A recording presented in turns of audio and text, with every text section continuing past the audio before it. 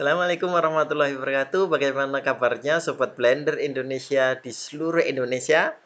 Kali ini kita akan sharing tentang bagaimana cara memasukkan image tekstur pada Blender. Oke, langsung saja kita aplikasikan pada objek yang secara default sudah ada, yaitu objek cube. Saya akan munculkan terlebih dahulu screen cascade. Nah, pada tutorial ini saya menggunakan Blender versi 2.78. Oke, kita hide kameranya. Lalu kita seleksi objeknya.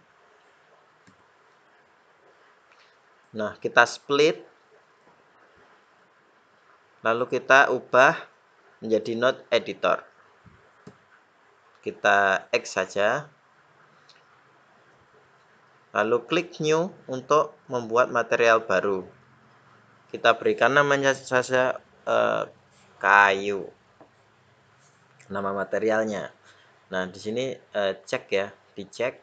Ini pilihnya material, ini objek. Oke. Nah, kita siap untuk memasukkan image tekstur. Tekan Shift A di sini untuk memasukkan tekstur. Lalu image tekstur. Masukkan, sambungkan node color ke color di diffuse. Lalu klik open. Nah, kamu bisa buka material library kamu. Kamu ya harus download dulu, terus kamu pisah-pisahin mana material untuk wood atau kayu, tile, water, roof, itu genteng dan lain sebagainya. Nah, ini saya sudah download, lalu saya pisahkan. Kita masukkan saja misalnya tekstur kayu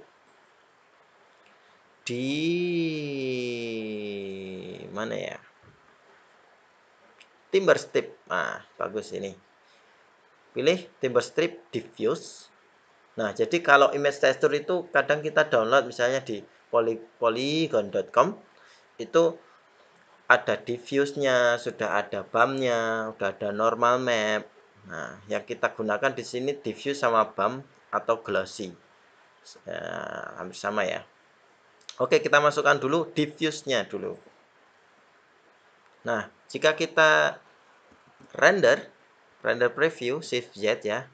Jadi untuk mengubah viewport settingnya ke solid sama rendered ini balik-balik, bolak-balik nih, ke render ke solid. Ini tekan shortcutnya Shift Z.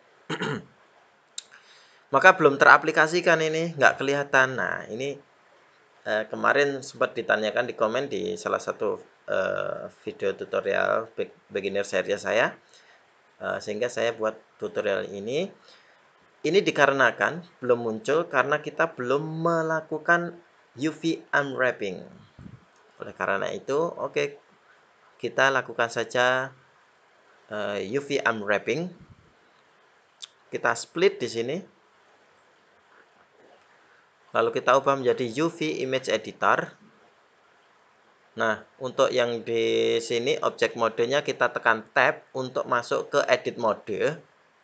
Pastikan semuanya terseleksi saat di edit mode ini. Kalau belum ya kamu tekan A untuk di select all, lalu tekan A lagi untuk select all, lalu tekan U untuk memunculkan menu UV mapping. Nah, kamu bisa, ini banyak pilihan ini.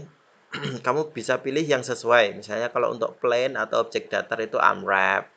Kalau objeknya sudah diedit, misalnya kaki meja atau jadi objek awalnya sudah diedit, bisa Smart UV Project, bisa. Kalau ini cube, kita pilih cube projection. Nah, lalu kita pilih untuk image-nya. Maka sudah teraplikasikan. Kita tekan tab. Kalau kita render preview, maka sudah image-nya sudah teraplikasikan.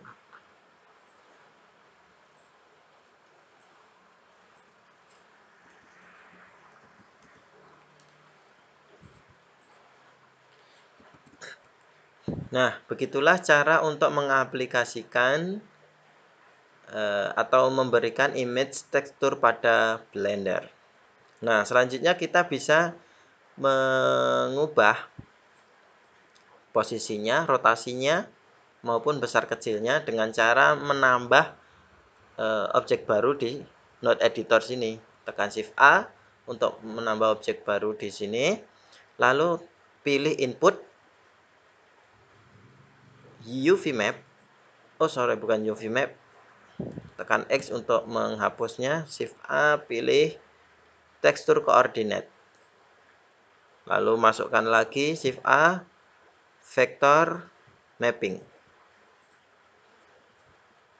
Nah, di node UV ini sambungkan ke sini. Nah, vektor masukkan ke vektor image sector. Sehingga kita bisa mengubah misalnya scale X-nya. Nah, kita bisa misalnya jadi 5. Yang Y 5 juga, 555 semua, maka teksturnya tambah kecil. Tapi kalau scale-nya kita turunkan, maka teksturnya jadi tambah besar.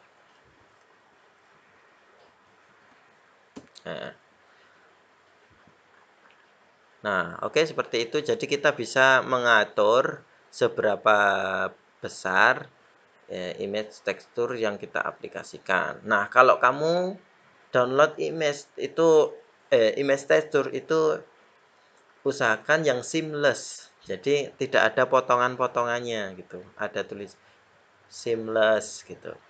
Kalau kamu downloadnya di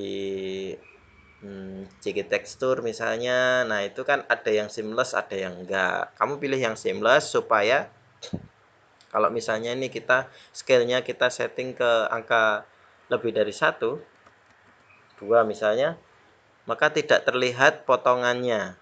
Atau karena kan ini hanya diulang-ulang, satu image tekstur itu terus diulang-ulang.